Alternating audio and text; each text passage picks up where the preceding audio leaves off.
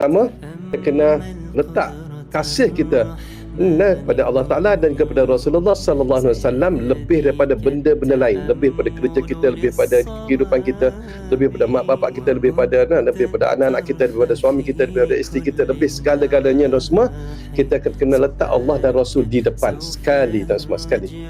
Yang kedua dan semua, di samping kita letak Allah Ta'ala Rasul lebih pada segala-galanya, yang kedua dan semua iaitu kasih kepada saudara kita. Kasih kepada saudara kita, yang saudara kita siapa? Saudara se-Islam, bukan saudara kita you are my brother, orang bukan Islam kata you are my brother, bukan.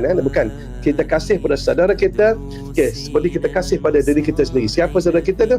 Orang Islam. Yang ketiga tu semua iaitu kita benci kepada masyarakat seperti kita seperti orang nak buang kita dalam api. Kita kena benci pada masyarakat yang dilakukan. Ada konsert ke ada apa, kita kena benci.